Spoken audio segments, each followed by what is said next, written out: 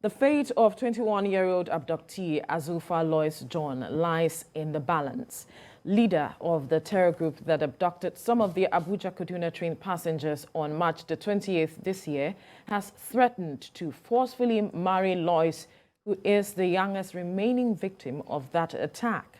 Tukur Mamu, a media consultant to Sheikh Ahmad Gumi, a Kaduna-based Islamic cleric, made the revelation after he gathered from reliable sources that one of the top commanders of the terrorists is in love with her.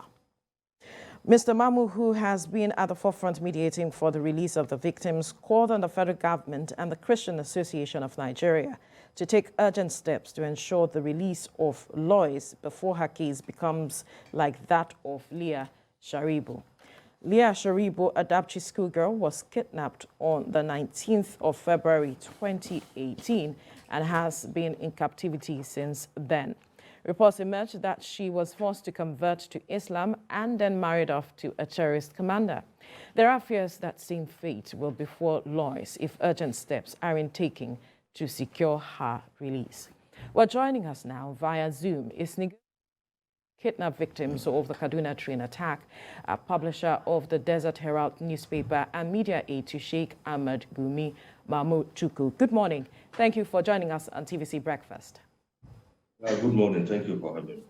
Right. Before we delve into the matter of Azurfa Lois John, give us a background of how you became the negotiator for these persons, that is the Kaduna train victims.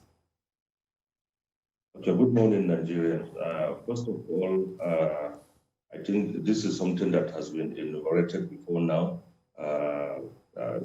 Precisely 2 months after the abduction, and when discussions on mediation between the federal government and the terrorist group got started, some of the hostages, as I was made to understand through the audio that was sent to me, suggested my name as somebody that they believe is capable of mediating between them and the federal government to ensure the end of this crisis. Somewhere along the line, before I got involved, I was contacted and I asked for the reason why I was why they decided that I should be involved. And they gave me the same reason. And I gave my conditions as well.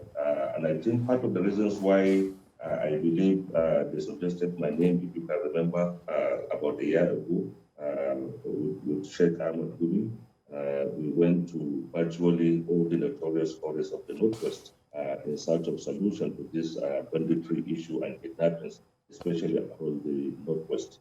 So much has been done by the Sheikh, so much has been achieved during that time. But as we all know, at the end of the day, he was forced to withdraw because of lack of support or lack of even attention from the federal government.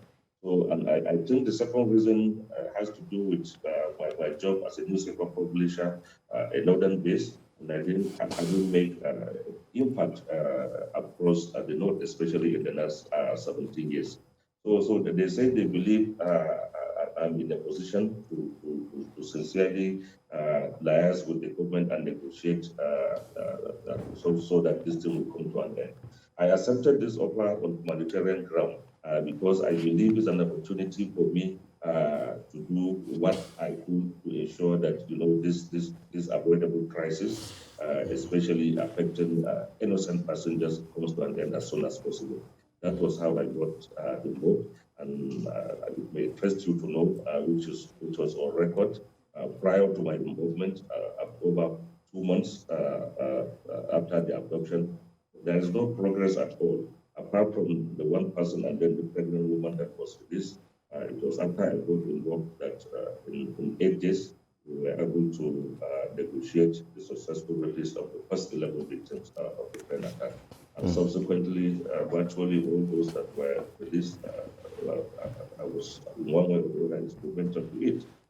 And that is why I keep emphasizing that the situation is being unnecessarily escalated in a situation whereby, for example, the dialogue option the engagement option can produce the desired result, then why should we allow innocent people to be suffering the manner they are suffering, especially if we take into cognizance that this is rainy season and it's really affecting their health seriously.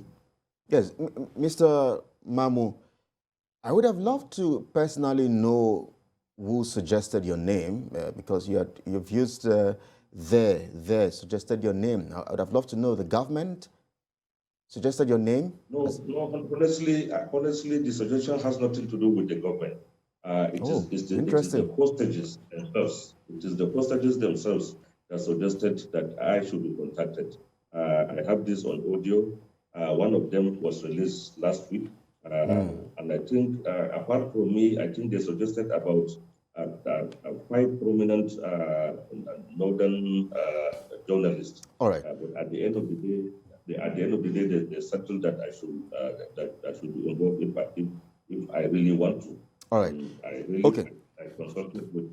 That's fine. Just for clarity's sake. So, paint a picture of this story. It's really disturbing. It's really sad.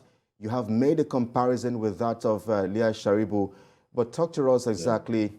What have you seen? What have you heard?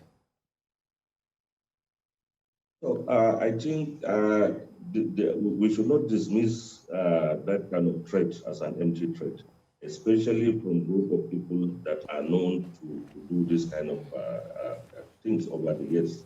That is why, even at the initial stage, I have been, alerting the federal government, the authorities, and the security agencies about the need to expedite action to see an end to this crisis as soon as possible. Because quite clearly, we have an uncertain situation that anything can happen. If at least we know the kind of people we are dealing with. These are people, with terrorist ideology. These are people with misguided religious beliefs, and these are people that have demonstrated, how far they can go, even over the years. And as you rightly mentioned, if you take the case of some of the Chibok girls, for example, and then lately that of Lee Sharibu, I think this is something that needs to the federal government needs to do something as soon as possible to avoid the repetition of this. And how I got to know this information, which I believe is very, very credible, and which I know, even though it will unsettle family members, it will unsettle concerned Nigerians, I believe it is important to alert the nation so that the life of this innocent young girl, a student, a 300-level student, will be preserved. Her liberty, her freedom is at stake. And if we make the mistake and allow these people to marry her up, I can assure you that no amount of dialogue or negotiation can free her. And that is the real situation we have seen even in the case of Lee Sharibu. They told me quite clearly. And even the last batch of the people that were released, they gave that same information, that the second commander in the camp is in love with this girl, and that they are even making efforts to marry her up as soon as possible. So based on this information, which I have verified from my contacts, I believe sharing it with Nigerians, especially with authorities and all concerned stakeholders, will be very, very important if we are to treat this matter with the urgency it deserves. And I believe we shouldn't wait. We shouldn't wait, because I'm really very surprised. And this is almost 1 week now since I have alerted this nation. Something ought to have been done at least by now. Right. We shouldn't wait until. Right, and that is where I am going. As credible as this information is, and since you have alerted the government for about a week now, this matter seems to be a challenging one, because we are talking about someone being in love with his victim here. How do you negotiate a terrorist out of that? What can the government offer to change his mind? I can assure you, based on the experiences of this engagement, if government will come in and then sincerely negotiate and then sincerely engage them, I can assure you, as long as they didn't marry her off, I can assure you this innocent young girl can be freed. When you say Because sincerely engage them, how do you mean? Yeah. Because how do we achieve what we have achieved in the last 2 months? You know, if you remember the initial abduction, for over 2 months, we didn't have any progress until when we came in. That was the time we got the first set of 11 that were released. So, for example, if for example, engagement and dialogue can produce this kind of result, even by individuals, what do you expect, for example, if government can deploy, all it means and power, for example, to contact them? They know them very well, and they have their contacts. And I think this should not be a problem at all. More so in the situation whereby, past efforts have yielded positive results. Before now, we have about 61 hostages. As of today, we only have 23 in captivity. And that's a very big development. It's a very, very big, no matter how anybody sees it, it's a very, very big development, because we are in a predicament. And we are at the receiving end. These are people that are determined to use these hostages as human shields. So, and they don't even care if, for example, if they die in the process. So when you have this kind of situation, and when you have this kind of crisis, it is really very difficult to manage. And that is why it is important to engage in the dialogue option, since, for example, the dialogue option is producing the desired result. And in a situation whereby, for example, we have seen, instances where we have succeeded, then why can't we deploy whatever we have to ensure that they are released? Then any other action after we must have succeeded in rescuing these people, then government can go ahead and do any other action against them. So in specific terms, Mr. Mamu, what are you expecting the government to bring to the table? What are they even asking government to bring to the table? Process of negotiation and dialogue, I believe, it is a very painful and frustrating one. But it is something that can give the result. For example, if I can give you a very good example, the first 11 that we succeeded in securing their release, we did it with the federal government, with the cooperation of virtually all the security agencies. And it took us just 8 days to achieve that. So the process is known. We know them. They know everything. And government is in a position to do even more than that, I can tell you, in this circumstance. More so in a situation whereby that military option cannot even produce the result. Because I can tell you, if military action can secure the release of these innocent victims, they cannot be there for almost 5 months now. So for how long do we wait as a government? For how long do we have to wait until, for example, the uncertain starts to happen? I think this is the time to take necessary action. Then thereafter, as a government, you can use all other options, to deal with this kind of crisis. But in a situation whereby we allowed people to get sophisticated weapons. We allow free movement of terrorists from the northeast now to the northwest. In a situation whereby we cannot control our borders. In a situation whereby the level of poverty is increasing. In a situation whereby with little amount you can recruit terrorists, especially in the northwest. In a situation whereby that there is endemic corruption. In a situation whereby the drugs are coming from all angles, and coupled with the fact that this terrorist group now have assimilated with the local Fulani bandits. We are in a very big crisis, and I can assure you that even if, for example, today we have succeeded in securing the release of all these 23 victims, this is not the end of the crisis. Vulnerable people will continue to be affected by this crisis, and that is why I think we have to consider the use of the carrot and stick approach in solving this kind of issue. Where we need to use military approach to address most of these issues, it is very, very much recommended. And where we need to deploy diplomacy, to achieve results, I think it is in the interest of the general public, especially All right.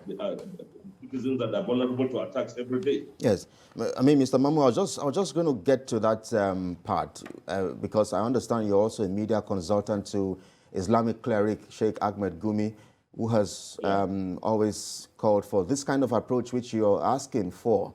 I mean, but it doesn't seem to go down too well with many Nigerians, especially those who have gone through this traumatic experience, those who have had to lose family members, who have had to deal with this kind of situations. I'm not sure they would be very pleased to hear you say the government would need to take such an approach, the carrot and stick approach.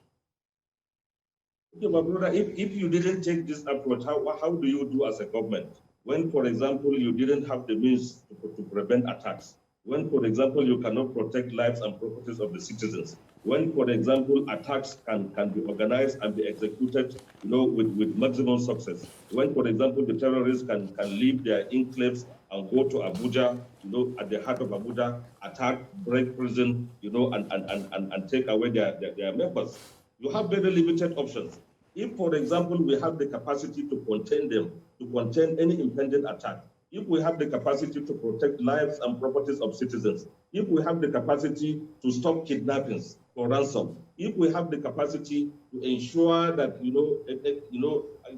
economic activities like farming is moving on smoothly and safely, then there will be need for all these actions. Nigerians should consider, because in a situation whereby we have these limitations, in a situation whereby we have these shortcomings, then what option do we have as a government? If, for example, we want to protect lives and properties of citizens, do we just live by the ego and then continue to allow these people, carry on these criminal activities?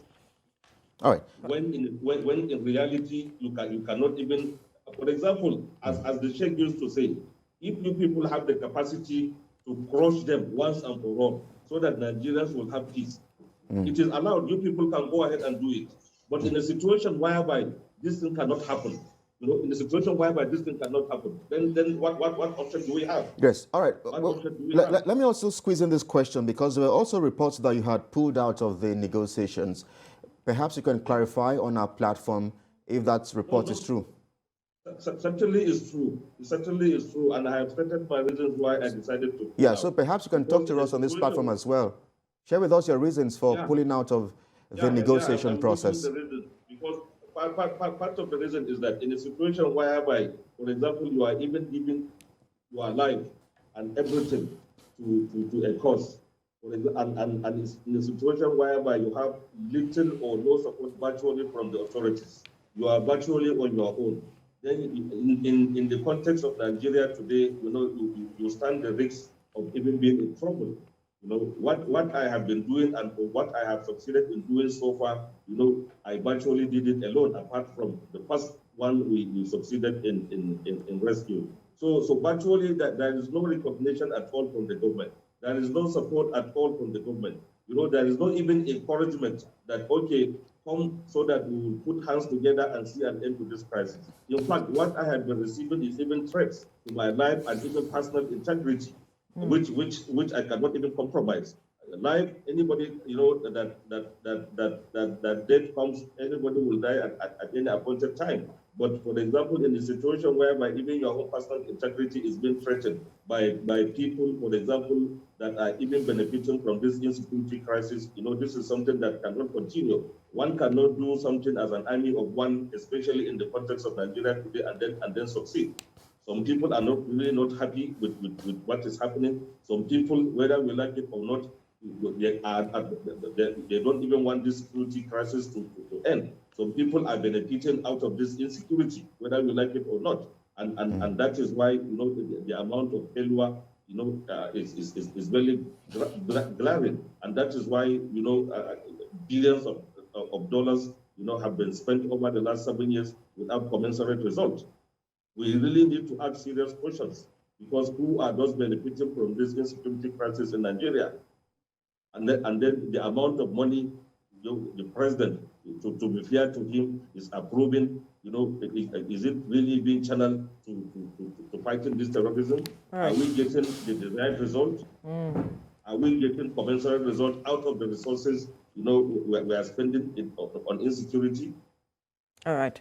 It's unfortunate that the government is not recognizing your effort, as you have pointed, but there are certainly Nigerians who appreciate what you are doing. But let's consider this aspect to this matter now.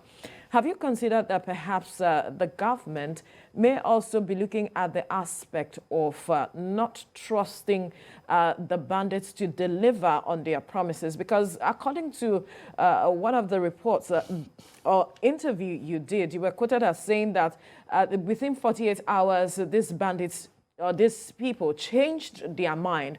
And perhaps that might be a factor that the government is also considering, and why it is not acting as quickly as you want them to. Well, when you are dealing with this kind of people, first you have to be diplomatic in your approach, and then secondly, you need to exercise a lot of patience, and then thirdly, you even have to expect disappointment from time to time. But the yardstick you will use in measuring your success, are you achieving even little result, or you are not even achieving it at all? And it takes time sometimes to build confidence. It takes time to build trust. The first time I started this thing, the confidence I have and the trust I have has matured to a level that I can even plead with them and to for example, drop the idea of plan to execute these passengers. 3 times they gave threat that they will start executing them. I single-handedly, begged them, in fact, even crying on phone that they should please give peace a chance, and that has succeeded. So, if for example, we will have one or little disappointment or lack of trust in the process of negotiation and engagement, you cannot dismiss that to say that, okay, I will not even discuss completely with these people. Because we have, as I said, we have very limited options as Nigerians. We have very limited options. More so in this kind of crisis, where these people, have acquired so sophisticated weapons, and they are inflicting harm on the society. They have threatened the security. For example, now even on the issue of economy, how much have we invested on the rail business? It has been grounded now for almost 5 months, and due to security concerns. And I can assure you, if we did not discuss and then resolve this issue, I can assure you that the train will not even move. And even if it moves, nobody will even patronize it because it will not be safe. So I think if we have Nigeria have done that before. Before now, we have lots of crises in the Niger Delta, a lot of bombings everywhere, kidnappings everywhere. But we have a security in the Niger Delta now. The pipelines, that are there. Is it the might of the military that is protecting the pipelines? It is the same people that the federal government engage, and they are paying them to do these services. The contract of Topolo has just been renewed, and it has to be so because we need the security. So, for example, if you can really engage these people, definitely you will achieve the desired result. Right. You are not doing it as a sign of weakness, but for the protection of lives and properties. Well, let me take you up on something, because we discussed this yesterday, and we understand that women and children are more vulnerable. So one would expect that in the course of your negotiations, perhaps the women and children who were kidnapped should have regained their freedom, because they are the most vulnerable, or they are more vulnerable. From the video we have, the file video that was released, I think some months back, which we are running on the screen while the interview is running, we can see women there who are even nursing mothers. I wonder why they were not released or given priority. Don't forget that we are dealing with people that even don't value human lives. We are dealing with people that believe that our life our life is even justified for them to take. So, if, for example, they have that sympathy, if, for example, they have that sympathy, I don't think there would even be basis for them to even attack the train from the first place. Not to talk of, for example, allowing their victims, the youngest, the one that was released about 2 weeks ago, the family of 6, she's just 1.5 years old. So, for example, people that have that sympathy or value of human lives, they will not even engage in this kind of criminality. And that is why, engagement, education is very, very important. Because when you go deep into discussion with them, you will understand that, honestly, these people, needs even a lot of education on so many aspects, the religion part of it, and then even the Western part of it. And that can only be done by the government. If you want to achieve that, definitely we have to go to the root cause of the crisis. If we go to the root cause of the crisis, I think addressing it in a very diplomatic way will not be a problem. And I can tell you that is why I even said, okay, if the federal government, for example, think that okay, these people cannot be trusted, I believe let them just give me the mandate and say, okay, we give you this mandate. We want you to discuss with them to see that all these innocent passengers that are still in the forest are released as soon as possible. I believe I can do it. And I believe if, for example, people like us can have this opportunity, especially backed by the government, for them to know that, okay, this is what we are doing. Because what most of us, are not comfortable with now, you cannot continue to operate, as a single entity at once, especially when, for example, there is no that cooperation from the government. Anything can happen, and you will be liable to your actions. So I think many Nigerians, I think can do what I'm doing, or even do even more than that. But in a situation whereby the support is not there, in a situation whereby government cannot reach out, in a situation whereby people that even sacrifice their lives to do what many in government cannot do, that is why the issue is. The time we visited the forest with Sheikh Gumi, we encountered so many challenges. We even did it at the risk of our lives. Mr. Mamu Tukur, I'm afraid we have to leave this conversation here now for want of time. But we must thank you, the former negotiator for kidnapped victims of the Kaduna train attack, publisher of the Desert Herald newspaper, media aide to Sheikh Ahmad Gumi, Mamu Tukur, for your time on the program. Can you give me just 1 second? This is very important, at least to plead to the federal government to please expedite action on the case of this young lady. It is very, very serious. It is very, very important for the federal government and CAN to take immediate action to rescue this girl. It is very, very important. History and posterity will not forgive us if we did not take action on this serious matter. And that's a fine place to leave it now. Thank you so much for your time.